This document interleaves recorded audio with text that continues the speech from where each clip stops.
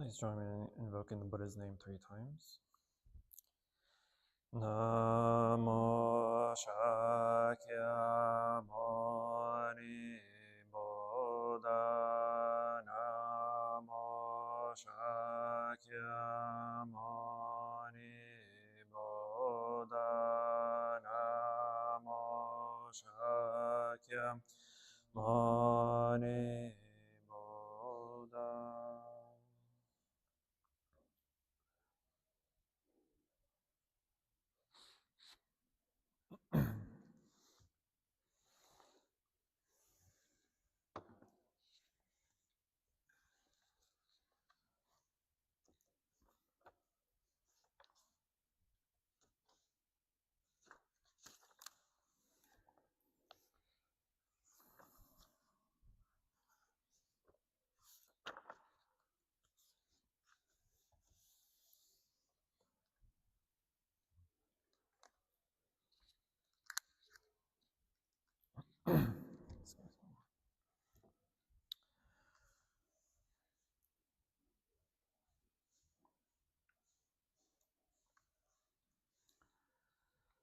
So the past couple of weeks we've started on the Four Noble Truths.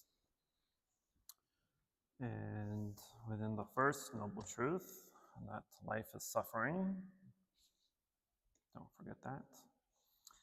We come to the 5 aggregates, the Pancha Skandhas. Pancha means 5, Skandhas means the aggregates.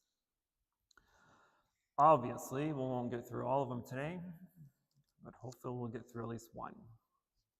Or I should say I should be able to get through one.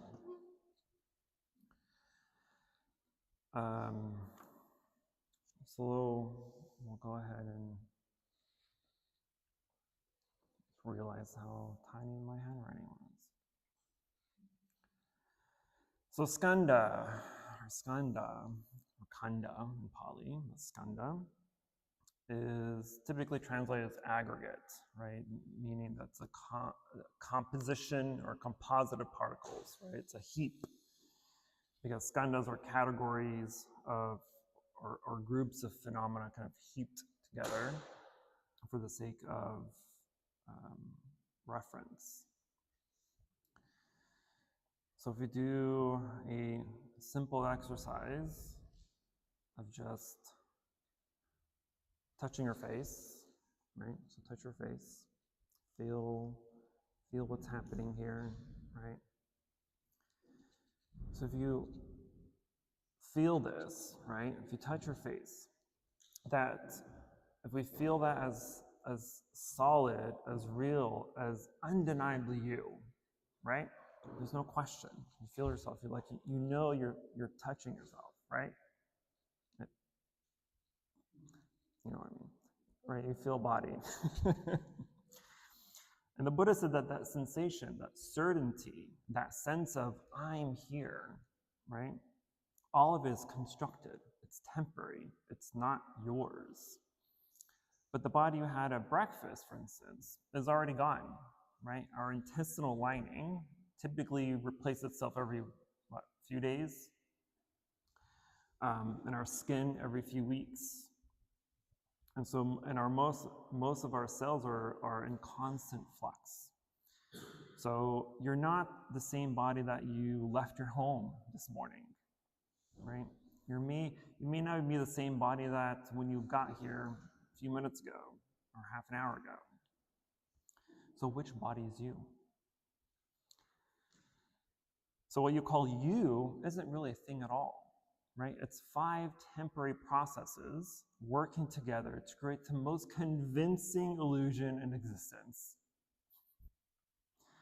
There's no soul, there's no permanent self, there's no unchanging core.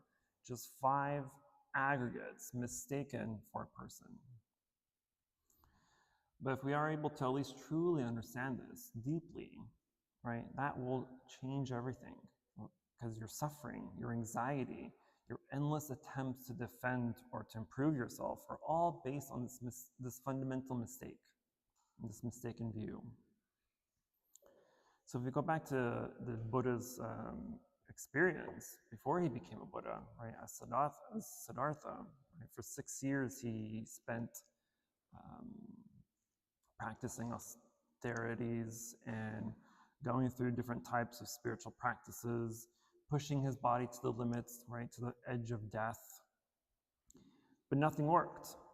Nothing was able to he was never able to truly realize where the self comes from. And so instead, he looked inward and he examined his own mind, looking for the self that everybody was convinced exists. And what he discovered? He couldn't find it, obviously. And so he looked at his body changing every moment. Cells were dying and being born, right? That was in the self. He observed pleasant, unpleasant, and neutral feelings arising and passing away, not the self. He watched perceptions, his mind labeling and interpreting everything around him, not the self. And he saw thoughts and emotions appearing and disappearing, appearing from nowhere and disappearing to nothing, not the self. And he examined the awareness itself, right? The awareness of all this. He examined that too, and how it flickers on and off, depending on conditions, and that too was not the self. So where is this I that everyone believes is there?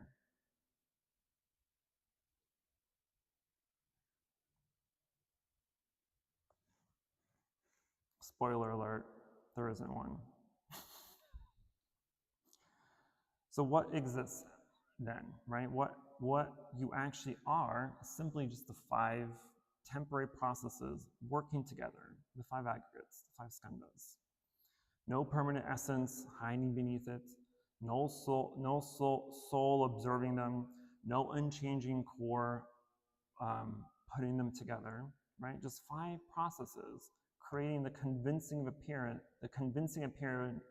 of a unified self. So why does this actually matter in our practice? Well, because for every moment of suffering in your life comes from identifying with these aggregates. Every anxiety, every fear, every desperate attempt to protect yourself based on the mistaken belief that these are temporary, let me reread my note, Every anxiety, every fear, every desperate attempt to protect yourself is based on this mistaken belief that you are these temporary processes. But as we start to see these 5 aggregates clearly and understand them fully, deeply, then we gain the key to that liberation the Buddha is trying to help us see. Because you can't suffer over losing something that was never yours. You can't defend something that doesn't exist. And you can't perfect something that is actually empty. So the 5 aggregates are the Buddha's conclusion on why there is no self. So that leads to the very first aggregate, form, rupa. Biologically, we know that the body we had 7 years ago, I think it's 7 years, is it 7 to 9 years, is completely gone, right? Because most of that cells have already been replaced, the structures have transformed, the matter of our body has been recycled. So the body you have now is already in the process of disappearing. So again, we ask, which body is you? Rupa here in form denotes any physical matter, right? So your body, your sense organs, the material world we interact with. And the Buddha makes it pretty simple. That form is temporary, but it's constantly changing. And that it's totally unreliable as a foundation for self. Of course, form does exist, obviously, right? Over here, I'm able to touch and feel and smell and taste. But it's not permanent. It's not controllable. It's not self. Your body operates according to the natural laws of aging and dying, right? And the conditions that it comes in contact with. You didn't design it. You can't control it. You haven't constructed it. And you can't stop its changes. And you can't, of course, stop its eventual dissolution either. In the Analakanta Sutta, which is the Buddha's second discourse on and it was on non-self, and it's the sutra that all 5 of the disciples, his first 5 disciples, all attained Sutapatthana, the first level of liberation, first stage of liberation, stream enterer. They've all attained stream entry after the second discourse. And in this sutra, the Buddha says that form is not self. If form were self, form would not lead to affliction, and would could command a form, let my form be thus, let my form not be thus.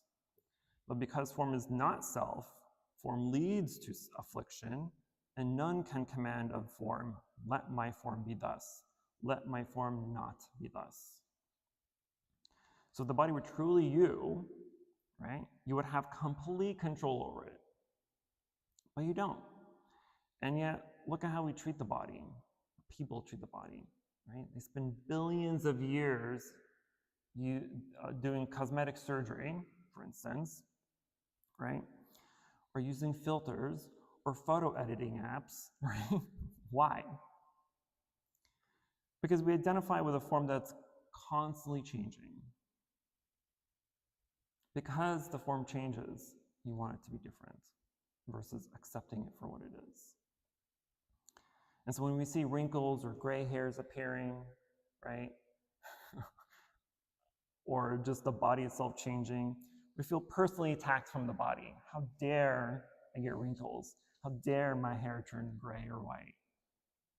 Right? We're blaming the body for its natural reaction to aging. Or we think, oh my gosh, my body doesn't care about me. It's making me die. And unfortunately, things like social media or media in general generally amplify this delusion thousands of times, right? Every selfie, every filter, every carefully curated photo, it's all screaming the same desperate message. This body is me. So the body epidemic, which is what we have to call it, unfortunately, the anxiety around aging, the obsession with appearance, they're all symptoms of the same fundamental mistake, clinging to form and mistaking it for self. Of course, the Buddha isn't saying the body doesn't exist, right? That's not the case, because it does, right? And we should care for it. We should maintain it. We should look after it. We should treat it with respect. But understand what it actually is. A temporary collection of elements borrowed from the earth. And eventually, will process back to the earth, right? Return back to the earth. If we recollect our meditation classes this year, no, it's already this year. We went over this entire year, right? We went over Vipassana meditation, insight meditation, contemplation meditation. And through that, the practice of the 4 foundations of mindfulness, Satipatthana, and the meditation technique of body scanning that we went through. These practices and techniques, they allow us to see things for what they are, right? They allow us to see the 4 foundations of body, mind, body, feeling, mind, and objects of mind as impermanent and constantly changing. And as we do the body scan practice or technique, it's the same thing, right? We sit in meditation and we're literally scanning the body. We're observing how the pressure of sitting down feels. We're observing the breath, right? Is it shallow? Is it light? Is it coarse? Is it heavy? Is the air cold? Is it warm? Is your surroundings cold or warm, right? What do you hear? What do you sense? What do you feel? All this is part of the practice. Because when we're doing that, we're not entertaining what's around us. We're simply identifying with the root or core sensation of things, right? We're simply adding a one-word label to it.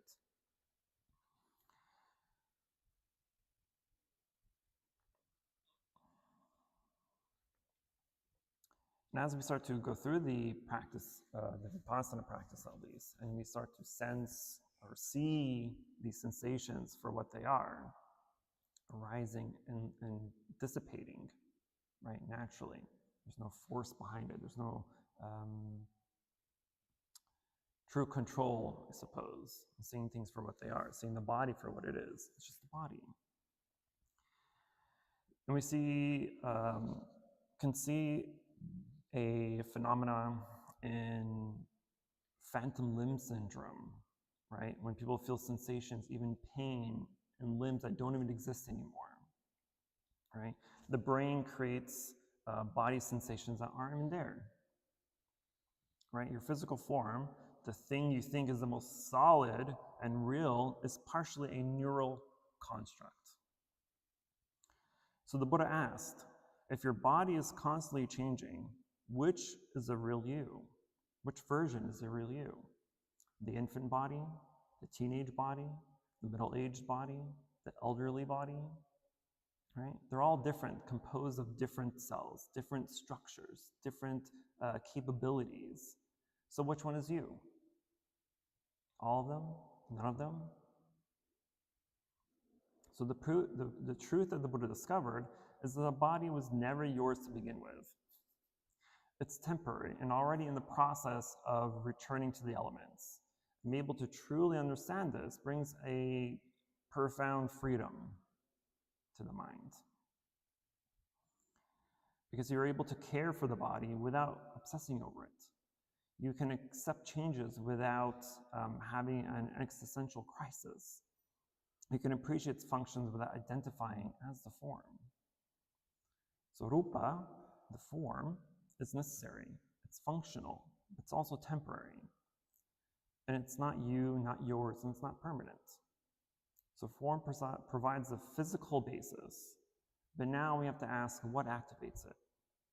Right? What makes you move toward or away from experiences? Actual question. Thank you. Feeling. The next aggregate, Vedana. Vedana is, to me at least, the most dangerous aggregate. Because now another exercise is, what are you feeling right now? Right, take a moment, ask yourself, what are you feeling right now? You don't actually have to answer, but just think mentally, what are you feeling right now? Right? Not just the emotion, but look deeper than that, right? Is this moment pleasant? Is it unpleasant? Is it neutral even, right? Because you're probably not really paying attention. But that feeling, that one you weren't noticing, will decide what you'll think next. So Vedana is the raw sensation of pleasant, unpleasant, or neutral feelings. And every moment, as your senses contact the world, feelings arise automatically, right? Seeing something beautiful, pleasant feeling arises. You hear something irritating, an unpleasant feeling arises, right? So, and when we notice something irrelevant, a neutral feeling arises.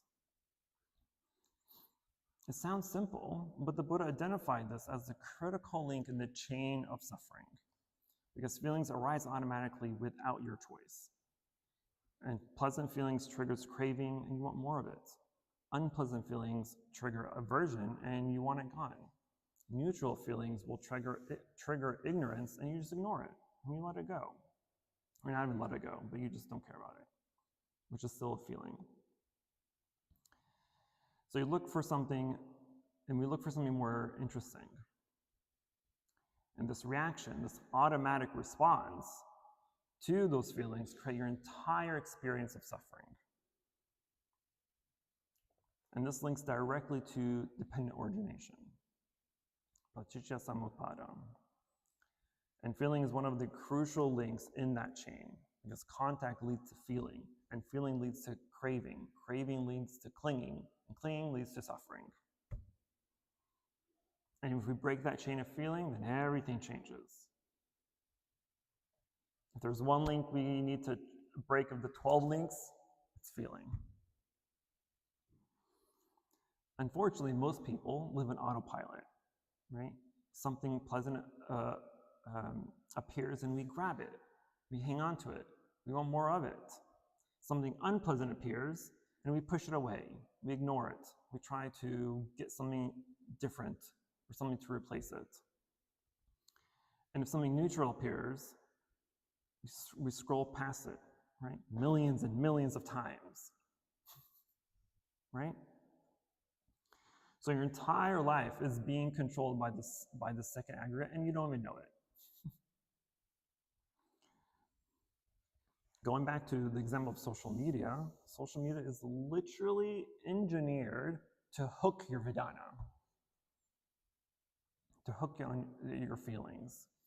All the likes, the comments, the infinite scrolling, and the average person can spend hours a day just scrolling and getting micro pleasures out of that, right? And the result of that is anxiety, addiction, restlessness, all rooted in an unconscious reaction to the second aggregate. And then what the Buddha discovered is that the feeling itself isn't the problem, right? Pleasant feelings aren't bad. Unpleasant feelings aren't bad. Neutral feelings aren't bad. They're automatic, natural parts of existence. The problem is the automatic reaction to those feelings. The compulsive grasping at pleasant feelings, the desperate pushing away of unpleasant feelings. That reaction is where suffering enters. In the Salata Sutta, Sutra on the Two Arrows, the Buddha says, the uninstructed worldling feels pleasant feeling, unpleasant feelings, and neutral feelings. The instructed noble disciple also feels these three feelings. What then is the distinction? When touched by unpleasant feeling, the worldling sorrows, grieves, and laments.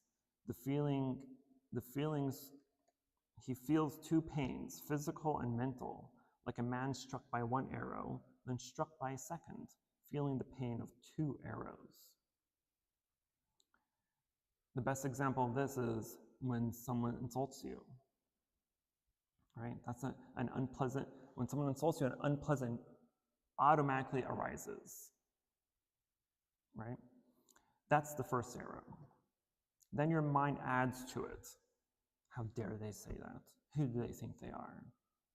I'm not that. I'm not this. I'm angry. I'm the victim. That's the second arrow, and you shot it. You shot it yourself. So the unpleasant feeling happened automatically. It couldn't be controlled. And the suffering happened because you reacted, because you added to that story, because you identified with that feeling. So then again, Vipassana meditation trains us to observe those feelings without reacting. So when sensations arise, you note it as pleasant, unpleasant, or neutral. We don't chase it, we don't push it away, we don't ignore it. We observe. And then soon, you'll notice something profound, that these feelings arise and disappear on their own. And that pleasant feeling that you're grasping at is already gone. And the unpleasant feeling that you're avoiding is already changing. So the Buddha compares these feelings to bubbles on water, rising and bursting, that all feelings are impermanent, they're fleeting, and not worth building your entire life around, right? It's not you, it's not yours. It's impermanent, it's not permanent.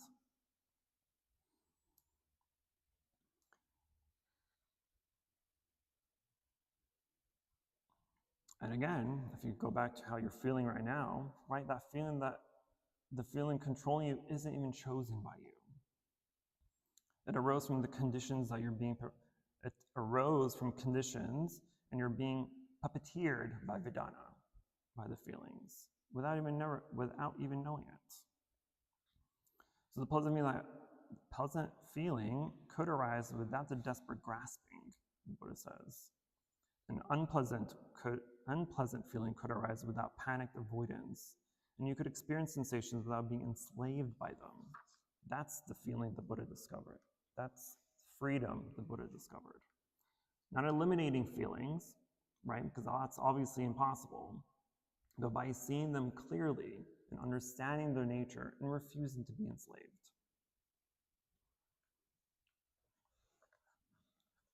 So when feelings arise, you know that this is a pleasant feeling, this is an unpleasant feeling, or this is a neutral feeling, right?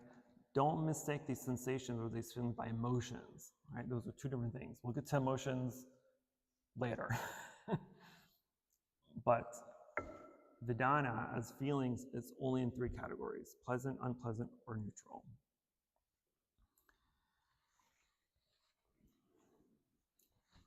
The story of the two arrows is a practice that we can all mantranize. Because, again, feelings are automatic. You cannot stop a feeling from happening, right? That's the first arrow. So if you get hit by one arrow, not a big deal. You could probably survive. But when you allow that feeling to consume you and you react to it, then you literally just shot yourself.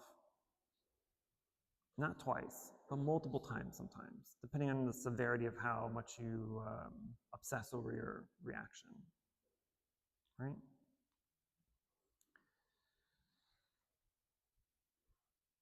So when you're in situations, in my own experience, for example, I always say one arrow, two arrow. So when something happens, I just say one arrow. And depending on my reaction, if I react, I remind myself, second arrow. If I continue to react, third arrow. And 5 minutes later, I'm like, all right, how many arrows have I shot myself with? Because that's how many times I allowed myself to suffer. And when you recognize that you are the one allowing yourself to suffer, you feel like an idiot. Because then you recognize it's not the first arrow that caused me suffering. It's the second and all the preceding arrows after that that caused you suffering. And that realization, I hope, at least for me, made me feel like a complete idiot.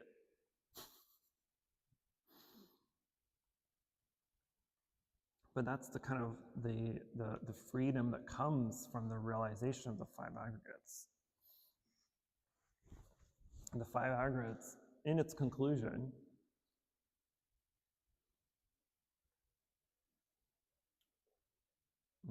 enlightens you to know self, non-self, which is essentially the whole purpose of the 4 Noble Truths. And from the 4 Noble Truths, we get the 5 aggregates, and we get the Eightfold Path, and we get the 12 links of dependent origination.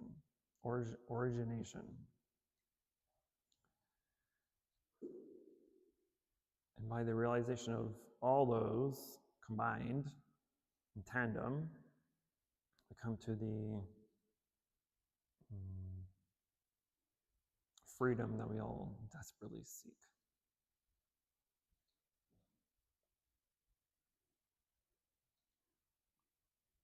But yes, feelings are the most dangerous of the 5 aggregates.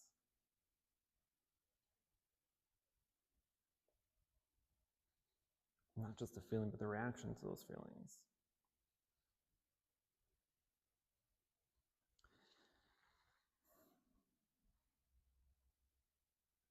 Another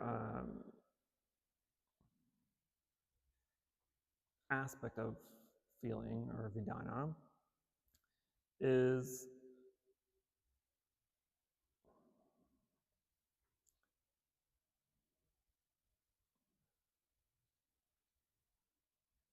the mistaken belief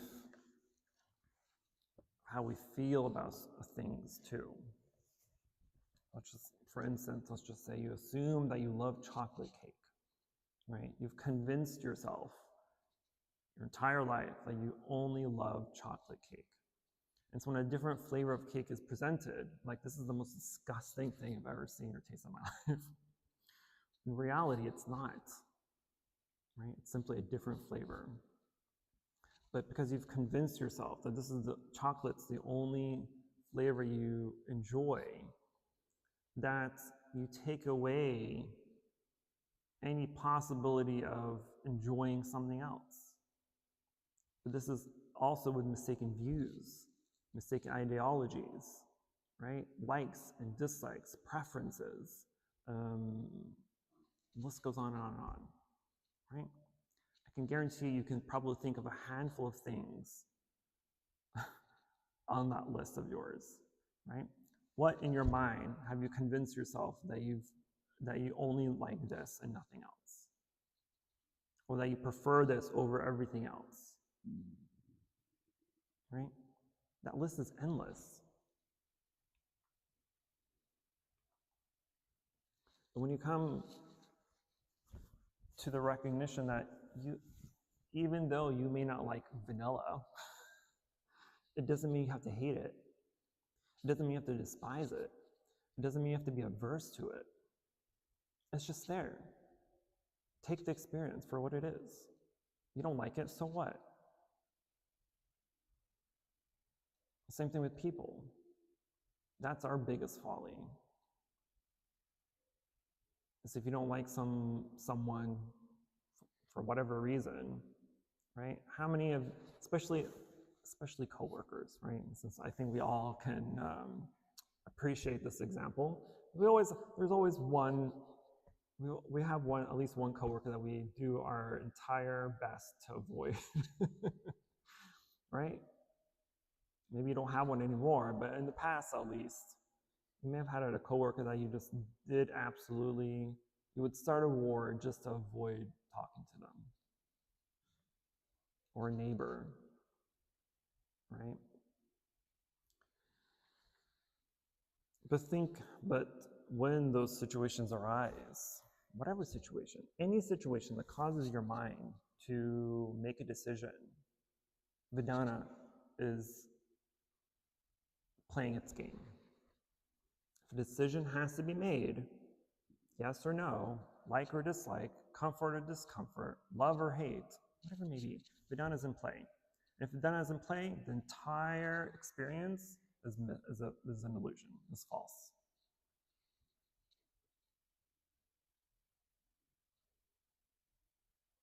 Right? We're not that important to have preferences. You're not that important to want this over that. You're not that important to feel more comfort doing this or being with that than anything else. The sooner we try to convince ourselves of that, the sooner you can just accept things for what they are and just live and experience. And you just have a nonchalant IDGF, what is it? IDKF? You know what I'm talking about. There's children here, so I don't want to say. There we go, IDGK. No, what is it? There we go. Sorry, I've only had one cup of coffee today, so my mind's not really acting. But that's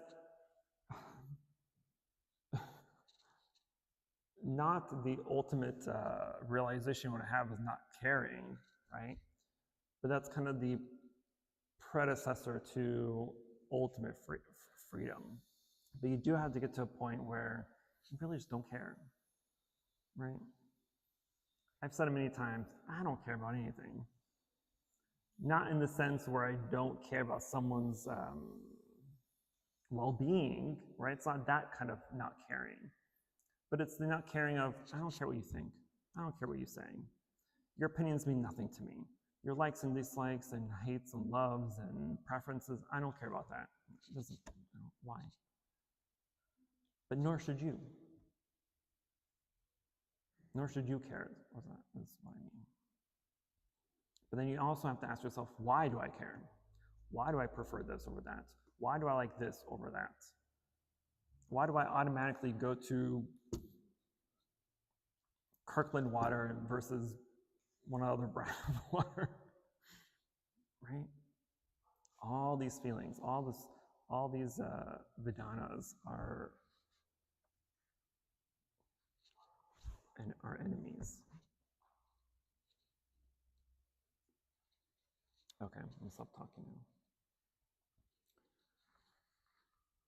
now. I'm actually surprised I got there too.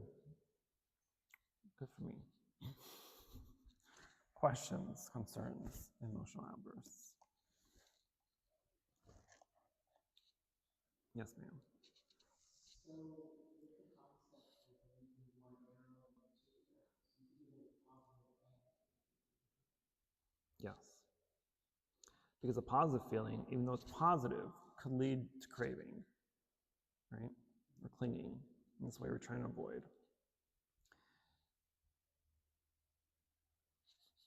That's the second arrow, is the clinging or the attachment to it. Because you can't stop the first arrow. You can't stop a pleasant feeling from appearing. You can't stop an unpleasant feeling from appearing. It's going to happen, right? We have no control over pleasantness, unpleasantness, or neutrality. But you do have control on how you feel about it or how you react to it afterward. That's the second arrow. Or the third, fourth, fifth, thousandth arrow after that. We torture ourselves like that, right? Just the other day, I was speaking to my sisters, and one of my sisters who had just gone back from a trip in Switzerland, my other sister, and we were FaceTiming, and I was asking where my youngest sister was, and my oldest sister was like, oh, she's working on her Instagram caption for her pictures. I'm like, oh my God. And I was like, why does it matter? So my suggestion for that caption was Switzerland, period. I was there, period. That's all you need to know. That's all people need to know. You don't need this elaborate caption of what you did, where you went, how you felt, who you met. Nobody cares about that. So all you need to say is Switzerland. I was there.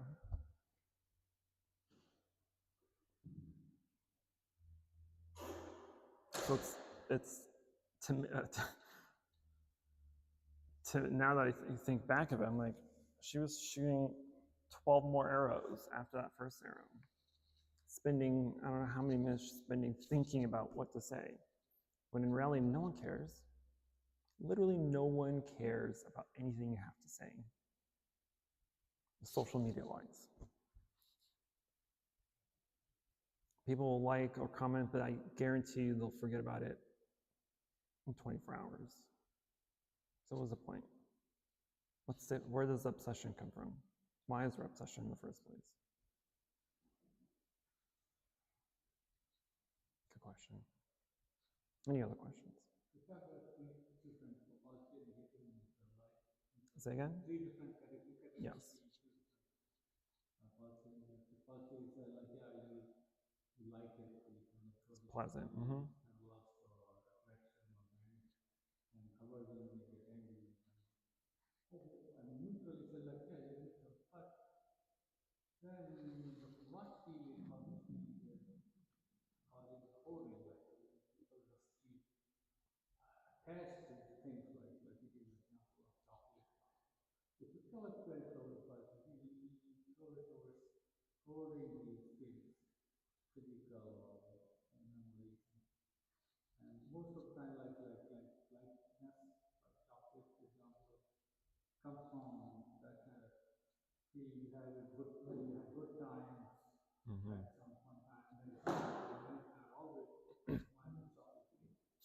No other cake is good for you. All together. Same thing everything can happen.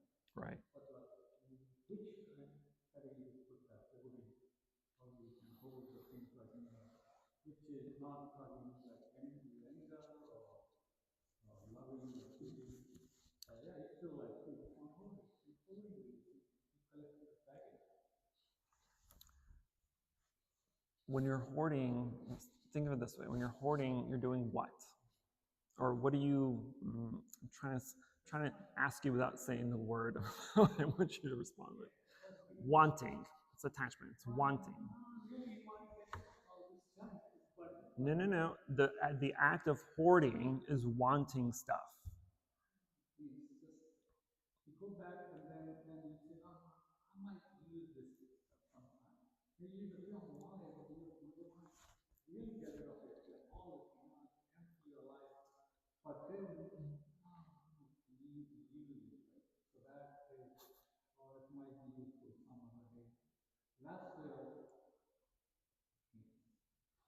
I would still, I mean, you don't have to believe me, you can contemplate for yourself. But to me, that still falls under the pleasant feeling. Because it's not unpleasant. It's unpleasant for others to be in house, just in someone's house that is hoarding stuff. It is unpleasant, right? It's unpleasant for the other person, but the person. Just like when you're looking at this pile of, when you came back from California, you say, I have a pile of this home, and I was very, you see how unpleasant it is, right? Mm-hmm. You have this home filled with all this junk. Make it unpleasant because you feel like, no, I don't like this. I want to clean it up someday. But if you don't want to do it, just hold up your home and then you don't. I think hoarding in itself changes. But I'm going to speak on further because my answer is still the same. But another aspect of that, for instance, I was speaking to one of my friends the other day, my friend James, and he used to be in the military. He was showing me, I don't know if anybody's been in the military or knows a military person that's a veteran or retired. They usually have like a box frame where they put in either like the American flag and all their emblems and stuff with that, right? He was showing me what he was creating. He was like, oh, 2 years later, I'm finally putting this together. I'm like, why? Like, what are you getting out of this? And he's like, memories.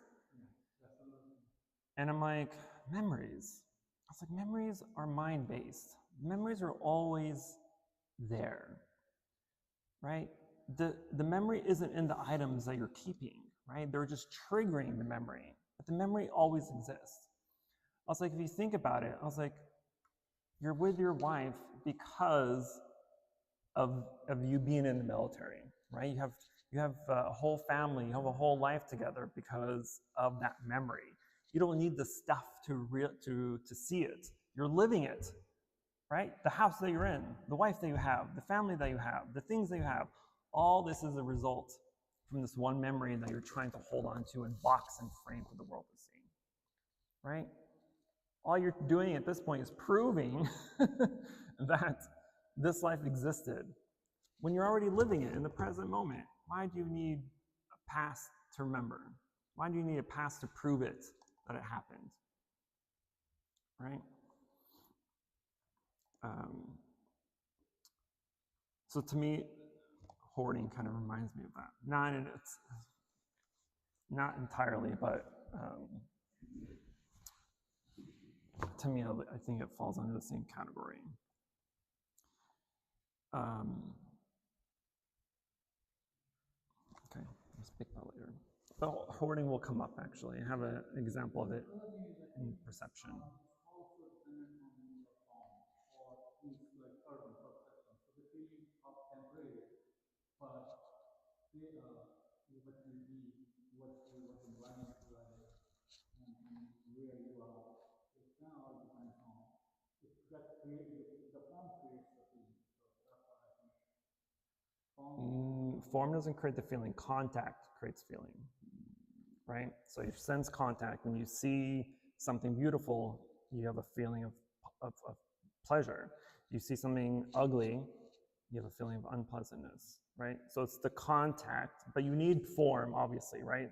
Form, you need a body, and you need eyes and ears and nose and mouth and tongue to see form and sense the form through the senses, and then a feeling is created. Let me give you a specific example. Like if you intoxicated, you consume a drug like alcohol, something very aggressive in your feelings are very deep, intensely deep. The form is influenced by those forms and other forms like whatever they do. Right.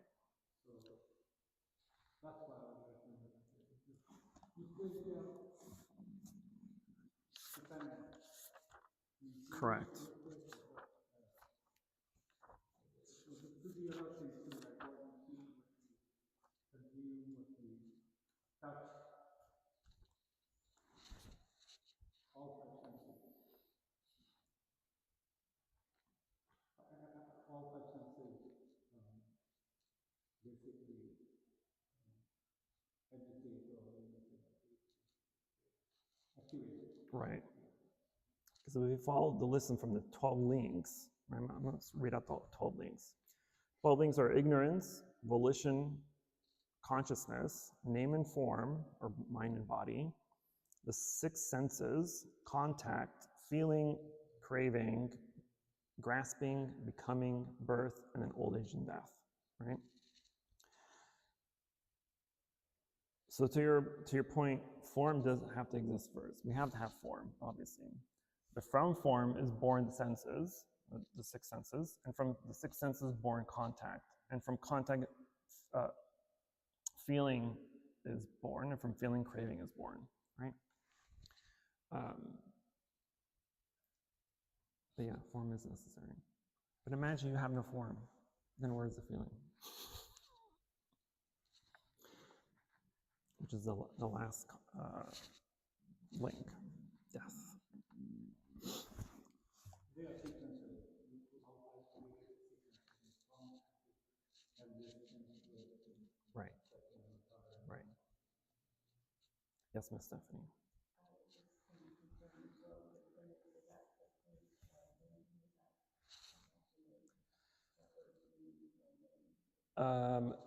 So the 5 aggregates, 5 skandhas, is what creates the person. The 12 links is what causes life. So we are alive and we're born and reborn because of the 12 links. But then we identify the self because of the 5 aggregates. So from 12 links, because we are born, automatically we have a sense of self, which are caused by the 5 aggregates. Yes, ma'am. How do you avoid taking into complete pessimism and nihilism? When it can seem like you're saying like everything's pointless, nothing matters. I don't think that's the message, because we all still matter beyond a certain reason. Well, not really a reason, because we're just here because we happen to be here. You already know I'm an existentialist, right? Meaning that there's no inherent purpose in life, okay? And there isn't, because if you stick to that conclusion, then you're going to base your entire life in search of this one purpose that may or may not exist, right? The only purpose in life is to be happy. That's it. That is your only purpose in life, is to be happy and free from suffering. And the way that would avoid, because I think at least most people in one point of their life fall into nihilism in some way, shape, or form, right? But when I say that you don't matter, I'm not saying that you as a individual doesn't matter, right? We do matter because we can make decisions and we can do things in life that will help ourselves and help others, right? That matters. There's a benefit. There's a beneficial cost to that, right? But to avoid kind of sinking into nihilism, we have to understand, one, what is causing that train of thought? Why do we think that way, right? Because nihilism is literally the surmising that nothing matters. I can do whatever I want in the world without any consequences. There's no, or there is no consequences to my actions. Nothing cares, nothing matters, blah, blah, blah, right? But if you look deeply into that, and we recognize cause and effect, then we see on a grand scale of things, everything does matter. Every thought you have influences your speech and action. Every speech you have influences your action. every action you have influences everyone else's thought, speech, and action, right? So if it doesn't matter, then the entire world would be in disarray and chaos, which it kind of is, but not to the point where it's not to the point where it's all just going to hell, right? So recognizing that it does, the way you think and see things has a purpose, has a benefit to yourself and to others, right? And if you're able to see that benefit and recognize that, yes, thinking in a positive way or thinking in a more beneficial or wholesome way influences the way you speak. And the way you speak influences the way you act. And the way you act influences the way other people will react. And that's the big issue here, right? Because like I said, there's nothing wrong with feeling. What's wrong is your reaction.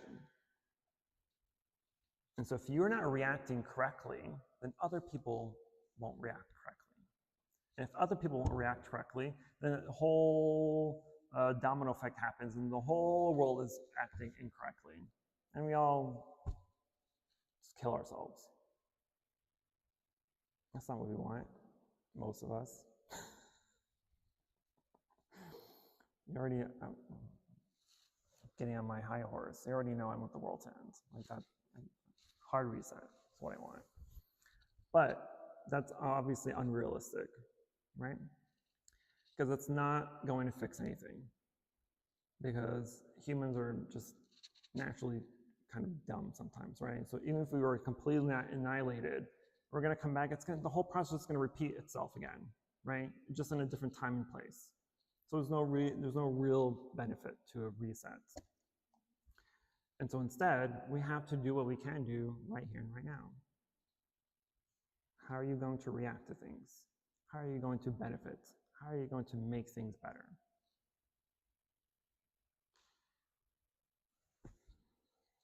The other thing I want to point out, like it says, after 7 years the form completely replenished or presence completely gone.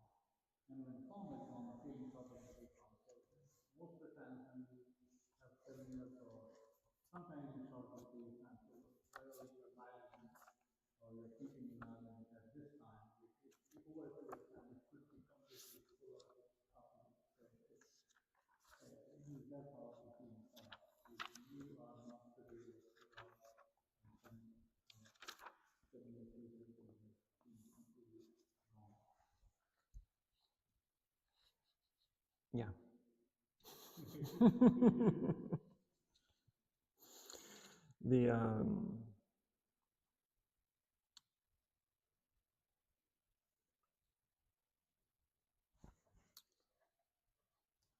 There was when I was reading my notes this morning, I forget about the term proprioception. Did I mention that earlier? Proprioception. You know what proprioception is? No? Let me educate you. Proprioception is the sense of having a body that's created by your brain, right? It's a construct, a simulation of neural processing that creates the feeling of embodiment.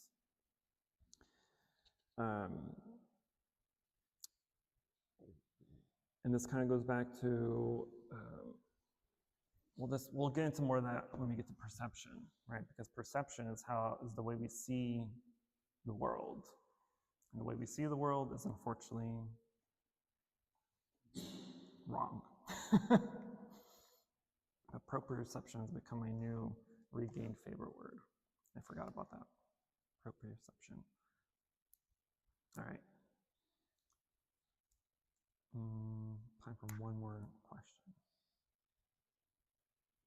Yes. We're looking at the 5 aggregates to gratitude, self-realization, gratitude. Is that, I think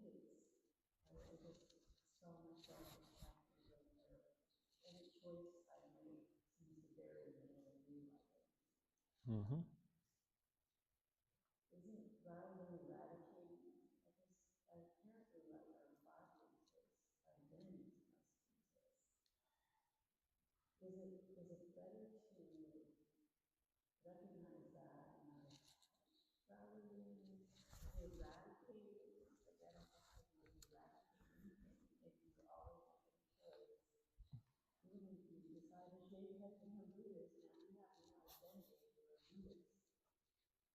So,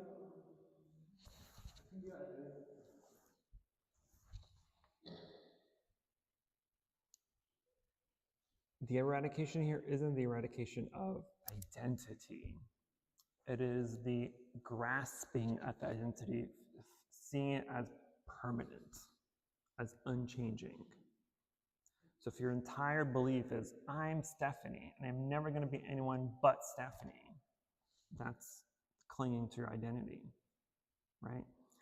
But you can't cling to your identity, because I'm assuming you got married and changed your last name, maybe, right? That's changing your identity. You're not clinging to it. You're not saying, don't ever call me by my maiden name, right? It's not me anymore. And if someone does, you get upset about it, right? So it's not the eradicating of identities.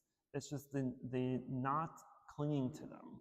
I don't cling to identity. I don't cling to me being a monk, right? It just happens to be something that I did.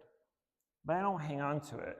I don't go out and say, hey, I'm a monk, call me Venerable. If someone doesn't call me by Venerable, I don't get upset about it. If someone calls me by my government name, I don't get upset about it. There's no clinging there. Now, the clinging of identity comes, unfortunately, it's a modern societal thing, is the whole pronoun garbage. Offend someone, get offended, I don't care. But it's the people who cling to pronouns, right? Or who have changed lifestyles and say, I go by they or them or he or she. All that's nonsense. That's the type of clinging that you need to eradicate. Not the I'm a person or I'm Quang or I'm Stephanie. This is fundamental. Everyone needs to know that.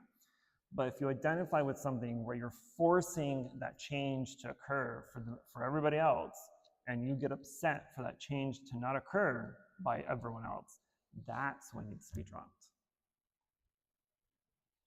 So for instance, there's a lot of doctors, when you say, oh, Mr. Smith, they're like, no, it's Dr. Smith. That's when it needs to be dropped. Oh, hi, teacher. No, it's not teacher, it's Venerable. Hi, Miss Stephanie. No, it's Mrs. Stephanie. It's those, it doesn't seem much, but it's those little things that are the problem. We don't have to think about it as a huge dramatic ordeal. It's just little things, titles, preferences, likes, dislikes, other things I can't think of right now. It's those type of things. It's the clinging on to what you believe is your true self, your true identity. That's what needs to be let go. Can you imagine me going around telling people who call out my name, and I would ignore them because they don't say Venerable to Quang Tri? I'm going to respond to you if you say, hey, asshole. I don't care. Why should I care? Right?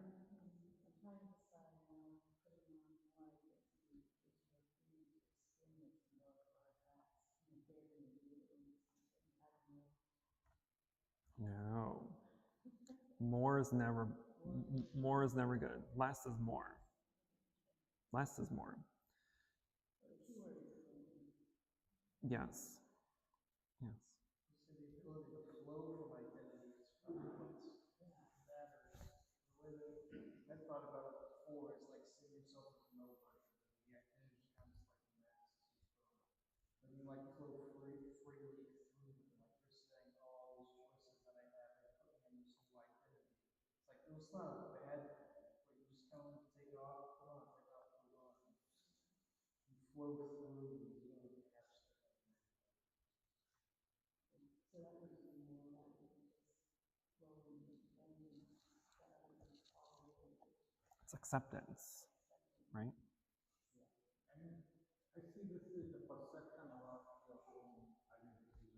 You can put yourself in one perception based on this and this. You get here, for example, me, but could be any I feel this king, or Right. I'm the like this kind of person. How dare this person Right. see me from my vision, like I'm this, like you think I'm a monk here. So how dare this guy can see me when I'm coming in the room, like he's treating me like I'm just some criminal or something. Right. And then that affects you. So those kind of perceptions about yourself, that's the thing, attachment to that perception, and that's what you're talking about. You have to Right. eradicate that attachment. Means you can still keep perception, it's not that I need to have that perception, but at least it's attachment to that perception. Right. Or looking, resting, or trading to that perception. That's called perception. Correct. And we get to that in the second noble truth, right? Second noble truth is the reason for our suffering is the attachment to the five aggregates. But that's for another day. Right now, we will go ahead and invoke the Buddha's name and transfer the merit and go to chanting. Namo Shakyamuni Buddha. Namo Shakyamuni Buddha. Namo Shakyamuni Buddha. Any positive karmic action we've accumulated here today, we wish to transfer the merit to all sentient beings and wish them full enlightenment. Namo Shakyamuni Buddha.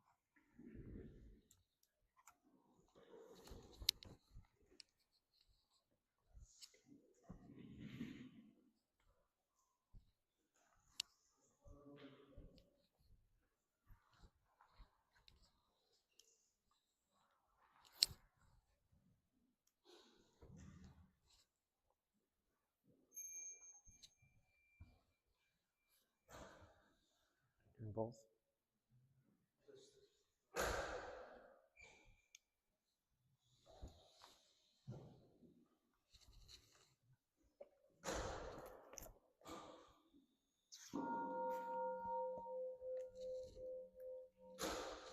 The incense in the censer now is burning all the Dharma realm in every place auspicious. Clouds appearing, our sincere intention thus fulfilling. As all Buddhas now show their perfect body, home eschew the incense cloud canopy, Bodhisattva and great Bodhisattvas. In gratitude we offer this incense to all Buddhas and Bodhisattvas throughout space and time. May it be fragrant as earth herself, reflecting our careful efforts, our wholehearted mindfulness, and the fruit of understanding slowly ripening.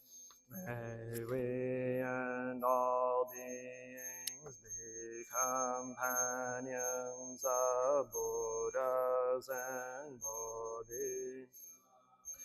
May we awaken from forgetfulness and realize our true home. Home eschew the eternally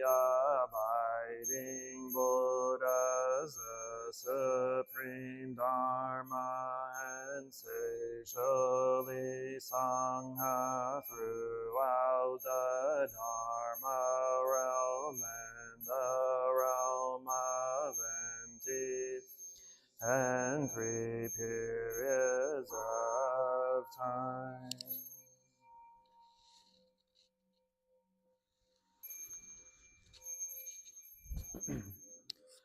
Home eschew the fundamental teacher Shakyamuni Buddha Maitreya, honored future Buddha Manjushri, great wisdom Bodhisattva, universal great conduct Bodhisattva, all dharma guarding Deva Bodhisattvas, and the glorious mountain assembly of Buddhas and Bodhisattvas.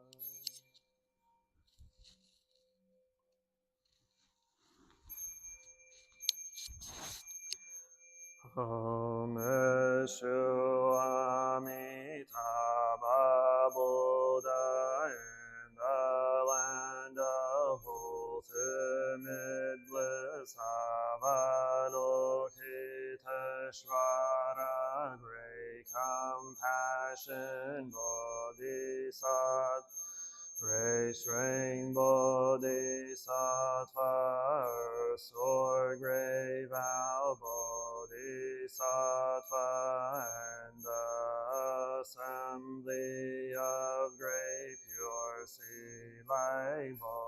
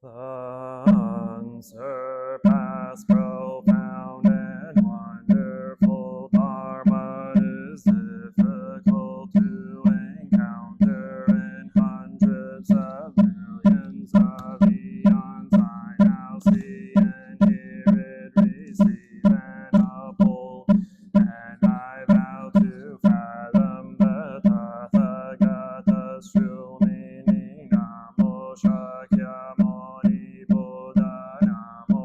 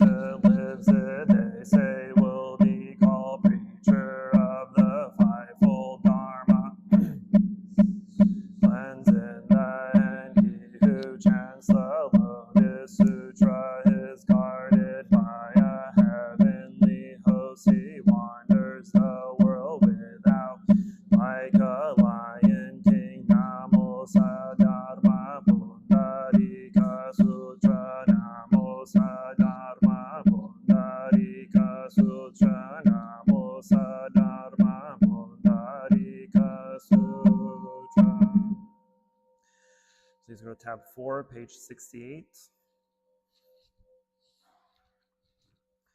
Namo Lotus Assembly of Buddhas and Bodhisattvas. Namo Lotus Assembly of Buddhas and Bodhisattvas. Namo Lotus Assembly of Buddhas and Bodhisattvas. The Sutra of the Lotus of the Wonderful Law, Chapter 12, Devadatta. At the time the Buddha addressed the Bodhisattvas, the heavenly and human beings, and the four kinds of believers, saying, I recall those departed kalpas of the past, when in order to seek the great law, though I was the ruler of a worldly kingdom, I was not greedy to satisfy, but instead struck the bell, crying in four quarters, who possesses the great law? If he will explain and preach it for me, I will be his slave and servant. At the time there was a seer named Ashita, who came and announced to this great king, I have a subtle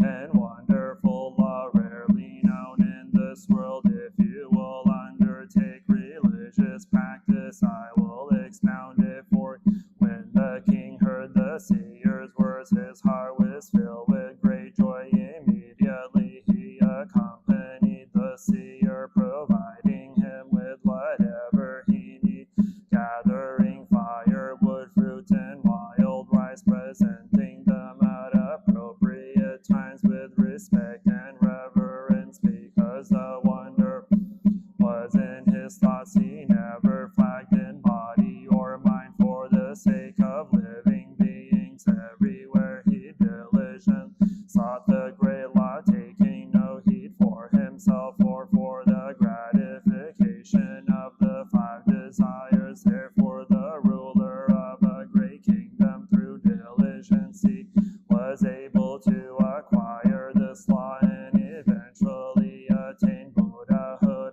as I will now explain to you.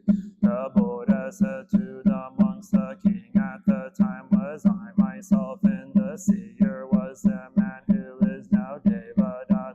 All because Devadatta was a good friend to me, I was able to become fully endowed with the six paramitas: compassion, joy, and equanimity, with the 32 features, the 80 characteristics, the purple tinged golden color, the 10 powers, the 4 kinds of fearlessness, the 4 methods of winning people, the 18 unshared properties, and the transcendental power, and the power of the way, the fact that I have attained impartial and correct enlightenment, and can save living beings on a broad scale, is all due to Devadatta, who was a good friend at the time. Bodhisattva wisdom accumulated. Question Manjushri, saying the sutra is very profound, subtle, and wonderful, a treasure among sutras, a rarity. And though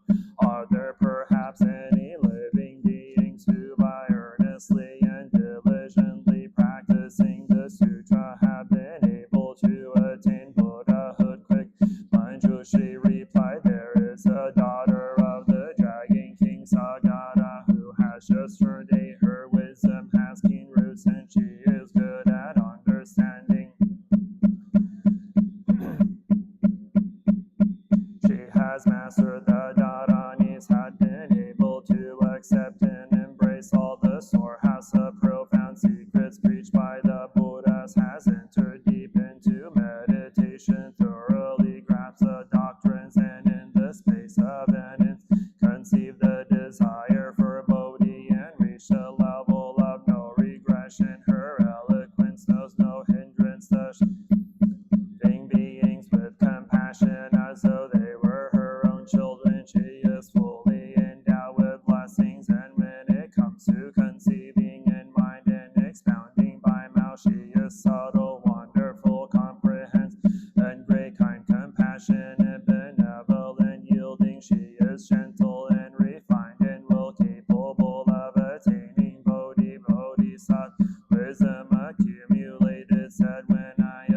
Shakyamuni, thus come one, I see that for immeasurable kalpas he carried out harsh and difficult practices, accumulating merit, piling up virtue, seeing the way of the Bodhisattva without ever rest. I observe that throughout the 1,000 million full world there is not a single spot tiny as a mustard seed where this Bodhisattva failed to sacrifice body and for the sake of living beings. I cannot believe that his subordinates could actually achieve correct enlightenment before his words had come to an end. The Dragon King's daughter suddenly appeared before the Buddha, bowed her head in obeisance, and then retired to one side, reciting these verses of praise. He profound understand the signs of guilt and good fortune and illuminate the 10 directions everywhere. His subtle, wonderful, pure Dharma body is endowed with the 32 feet. The 80 characteristics adorn his Dharma body. Heavenly and human beings gaze up in awe. Dragons and spirits all pay honor and respect. Among all living beings, none who do not hold him in reverence. And having heard his teachings, I have attained Bodhi. The Buddha alone can hear witness to this high and full of pull to rescue living beings from suffering. At the time, Shariputra said to the dragon girl, you suppose that in this short time you have been able to attain the unsurpassed way, but this is difficult to believe. Why the road to Buddhahood is long and far stretching, only after one has spent immeasurable kalpas pursuing austerities, accumulating deeds, practice all kinds of paramitas. Can one finally achieve success? How then could a woman like you be able to attain Buddhahood so quick? At the time, the dragon girl had a precious jewel worth as much as the 1,000 million full world, which she presented to the Buddha. The Buddha immediately accepted it. The dragon Bodhisattva wisdom accumulated into the Venerable One. Shariputra, I presented the precious jewel, and the world honored one accepted was a nun. Quickly the girl said, employ your supernatural powers and watch me attain Buddhahood. It will be even quicker than that. At the time, the members of the assembly all saw the dragon girl in the space of an instant change into a man and carry out all the practices of a Bodhisattva, immediately proceeding to the spotless world of the south, taking a seat on a jewel lotus and attaining impartial and correct enlightenment with the 32 features and the 80 characteristics. He expounded the wonderful law for all living beings everywhere in the 10 directions. Chapter 13, encouraging devotion. At the time, the Bodhisattva and Mahasattva medicine king along with the Bodhisattva and Mahasattva, great joy of preaching, and 20,000 Bodhisattva followers were all in the presence of the Buddha. Took this vow saying, we beg the world honored one to have no further worry. After the Buddha has entered extinction, we will honor, embrace, we recite and preach the sutra.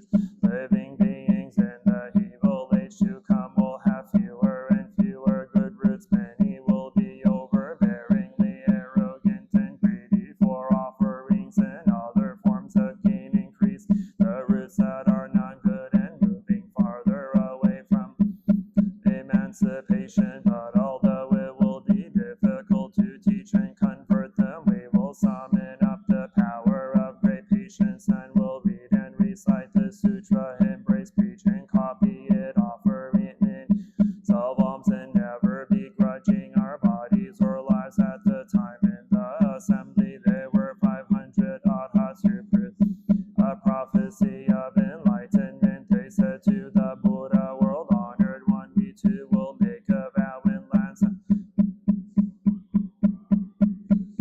At the time, the Buddha's maternal aunt, the nun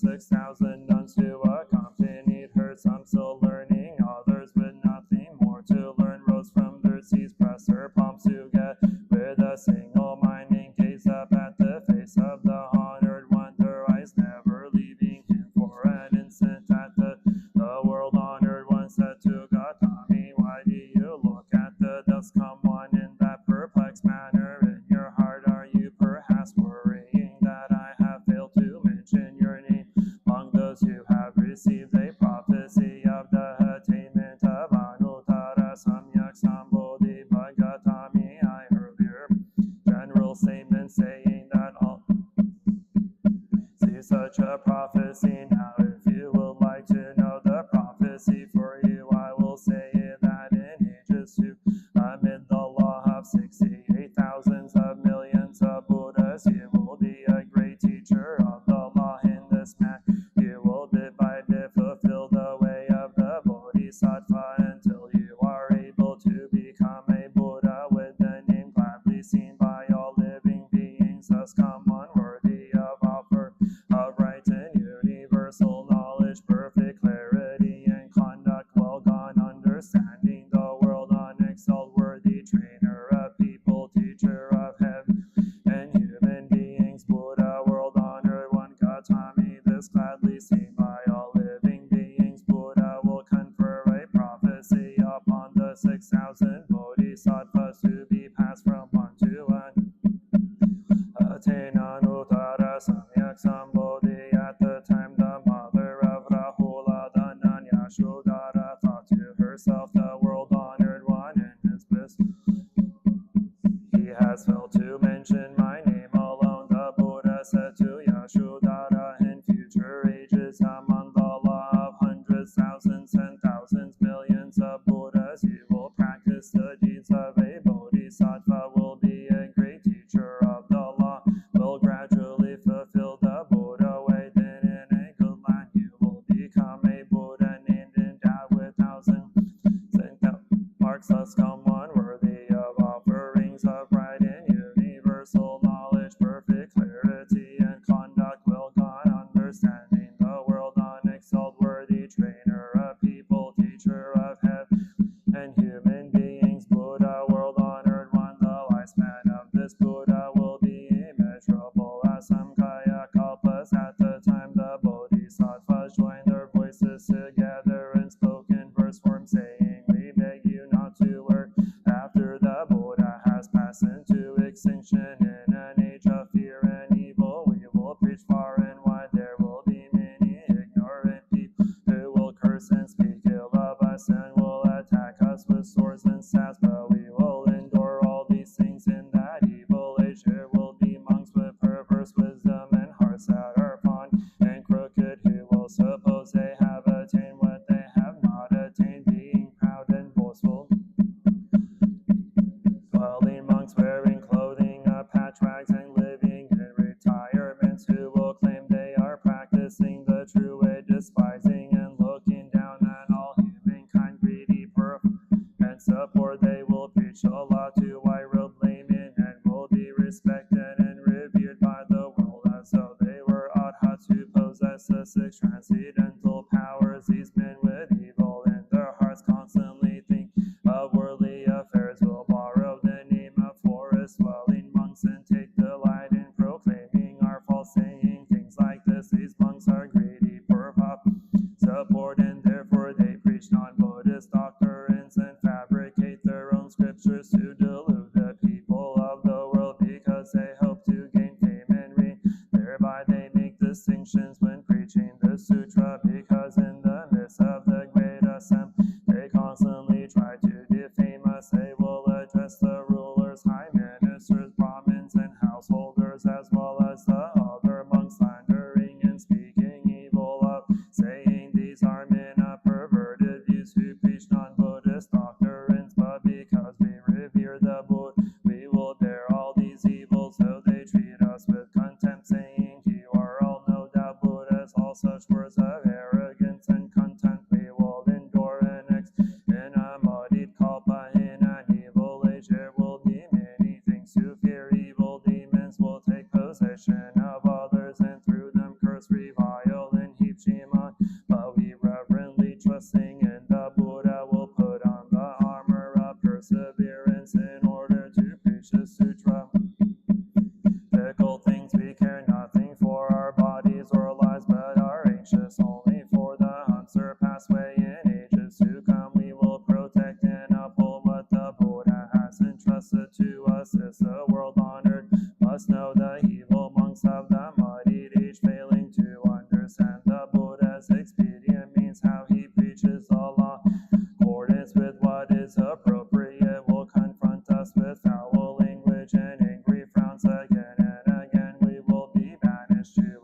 far removed from towers and temples, all these various evils, because we keep in mind the Buddha's orders, we will endure. The settlements and towns, there are those who seek the law, we will go to wherever they are and preach the law entrusted to us by the Buddhas, we will end.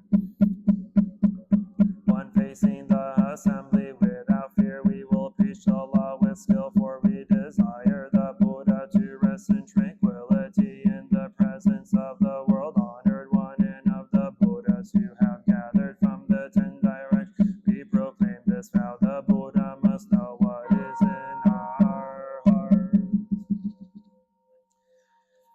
Tab 9, page 171. Heart of the Paramita, the Bodhisattva Avarokita, while moving in the discourse of Paramita, shed light on the 5 skandhas and found them equally empty. After this penetration, he overcame ill being. Listen, Shariputra, form is emptiness, emptiness is form, form is not other than emptiness, emptiness other than form. The same is true with feelings, perceptions, mental formations, and consciousness. Listen, Shariputra, all dharmas are marked with emptiness. They are neither produced nor destroyed, neither defiled nor immaculate, neither decreasing. Therefore, in emptiness there is neither form nor feeling, so perceptions nor mental formations nor consciousness, no eye or ear or nose or tongue nor body or mind, no form, no sound, no smell, no taste, no touch, no object, no realms of elements, no interdependent origins, and no extinction of them, no ill-being, no cause of ill-being, no end of ill-being, and no path, no understanding, no attainment, because there is no the Bodhisattvas grounded in Paramita find no obstacles for their minds, having no obstacles they overcome fear, liberating themselves forever from illusion, rising perfect nirvana. All Buddhas in the past, present, and future arrive at Anuttara Samyak Sambodhi. Therefore one should know that perfect understanding is the highest mantra, the unequaled mantra, the destroyer of ill-being, the invisible truth, the mantra Prajna Paramita should therefore be proclaimed. Gate Gate Para Samgate Bodhi Swaha, Gate Gate Para Samgate Bodhi Swaha, Gate Gate Para Samgate Bodhi Swaha. Michelle. Sentient beings are limitless. I vow to liberate them. Afflictions are endless. I vow to eradicate them. Teachings are infinite. I vow to learn. Buddhahood is supreme. I vow to attain it. I vow that from now until the end of my life and in all future lives until I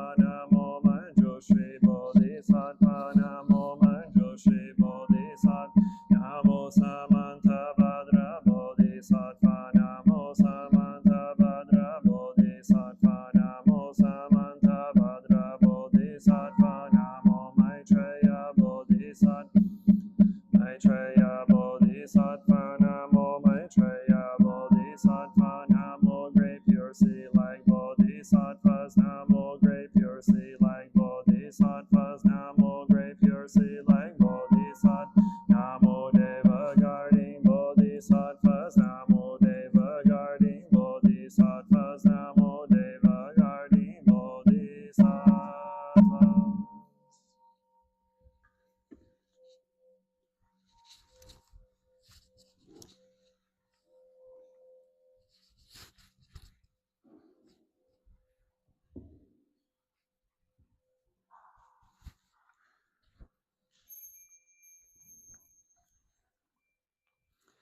I take refuge in the Buddha, the one who shows me the way in this life. I take refuge in the Dharma, the way of understanding and of love. I take refuge in the Sangha, the community that lives in harmony and awareness.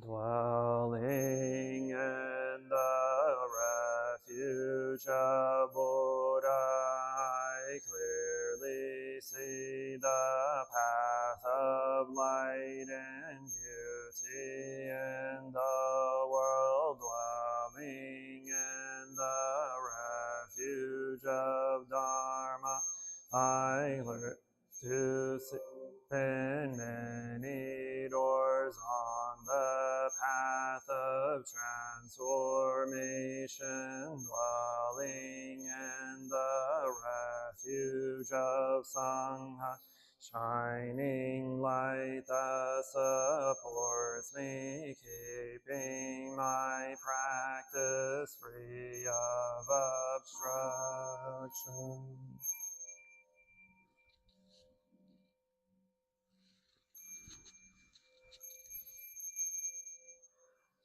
Taking refuge in the Buddha, in myself I aspire to help all people recognize their own awakened nature, realizing the mind of taking refuge in the Dharma. In myself I aspire to help fully master the ways of practice and walk together on the path of liberation, taking refuge in the Sangha. In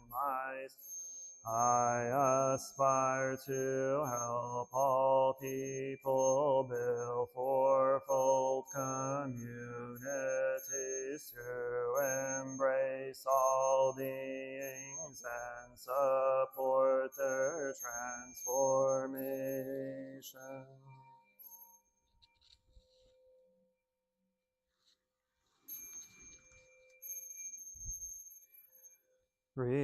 Reciting the sutras, practicing the ways of rise to benefits without limits. We vow to share the fruits with all beings. We vow to offer tribute to parents, teachers, friends, and numerous beings, to give guidance and support along the path.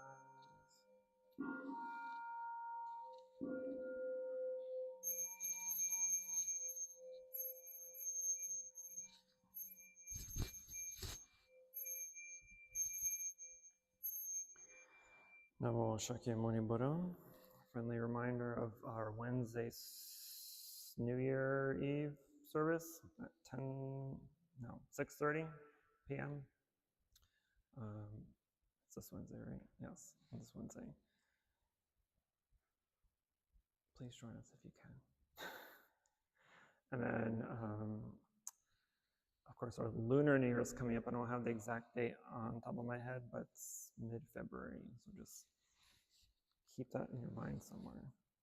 Yes. Will there be a day of mindful working for the Lunar New Year? Yes. I don't know when, but it'll happen. Also, typically we have the weekend, at least a week before the event. So beginning of February, we'll have that day of mindful working, but